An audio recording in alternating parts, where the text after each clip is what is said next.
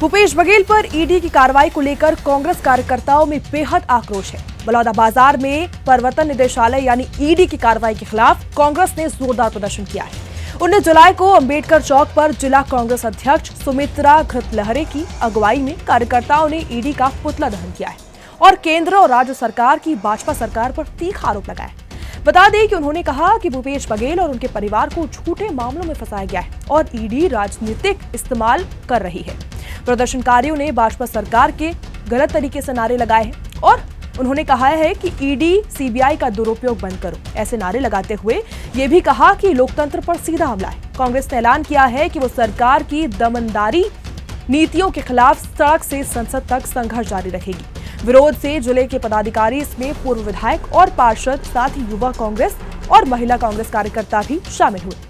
पूर्व CM Bhupesh Baghel ED दफ्तर पहुंचे अपने बेटे चैतन्य बघेल से मिलने। उन्होंने क्या कुछ कहा वो आपको सुनाते हैं।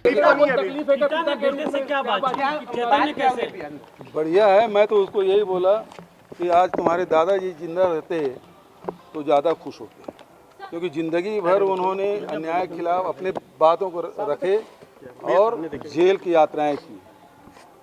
तो वो तुम्हारे दादाजी रहते तो ज़्यादा खुश होते। और रुको ना यार। जी जी जी जी सर, जी सर। दूसरी बात जो आपने पूछा कि अभी लगातार लोगों को बुला रहे हैं और धमका रहे हैं कि इसके खिलाफ बोलो नहीं तुमको जेल में डाल देंगे। और केवल यही नहीं, ईडी नहीं बल्कि OW वो भी लगातार जो लोग बयान दे चुके हैं, जो शपथ दे चुके हैं, कोर्ट में शपथ दे चुके हैं, उनको भी बुला बुला के धमकी देने का काम कर रहे हैं। तो ये लोगों को डरा के धमका के फंसाना चाहते हैं और केवल एक ही टारगेट है, भूपेश बघेल और उसका बेटा। सर चैतन्य को क्या आपका गिरफ्तार कर ले तो बेटे थोड़ी बोलेगा कि मेरा नाम ले। और वो है क्या चीज, सामने देखिए, बेटे के नाम से आया क्या? बेटे ने भाई किसी से अनसिक्योर्ड लोन लिया है, वो अपने आईटी में दिखा रहा है, हम भी, बेटा भी आईटी में दिखा रहा है, किसी लोन लिया है, किसी दिया है। तो कुल मिलाकर लिखा, भले कितना आंकड़ा बताए लेकिन कितना बताए? 16 करोड़। सुनो कितना बताए? वो भी एक ठेकेदार को वो 5 करोड़ और तो किसी से लिए दिए हैं। कोई बिजनेस करेगा तो उसके लिए आप बता रहे 1300 करोड़। मैं तो कल भी आपको आमंत्रित किया था, आज वो साइड देख लो आप लोग कितना है। 1300 करोड़ के लायक है कि 130 के करोड़ के 13 करोड़ के 3 करोड़ के लायक।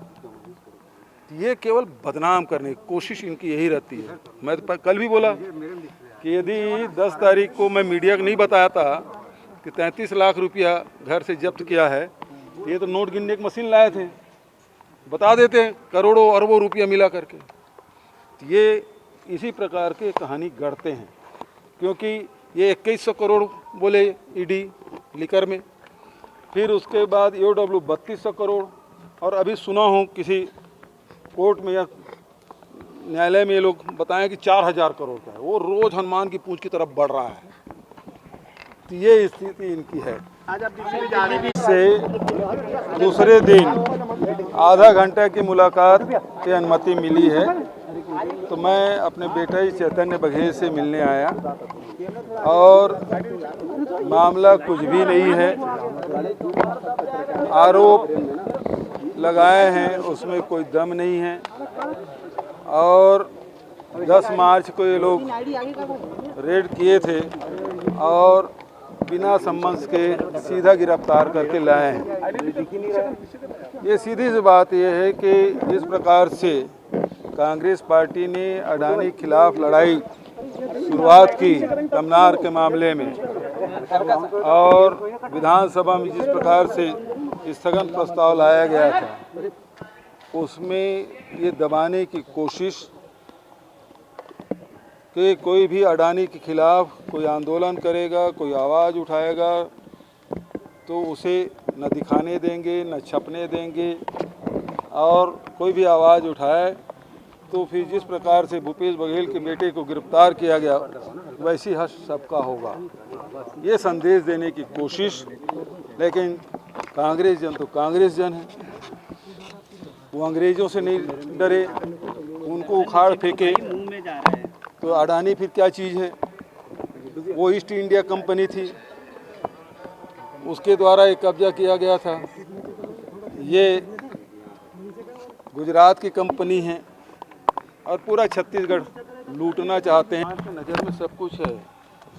जब चैतन्य की गिरफ्तार हुआ तो सबसे पहले फ़ोन राहुल जी का आया, फिर अन्य नेताओं का आया, प्रियंका जी का आया, प्रियंका जी ने ट्वीट भी किया।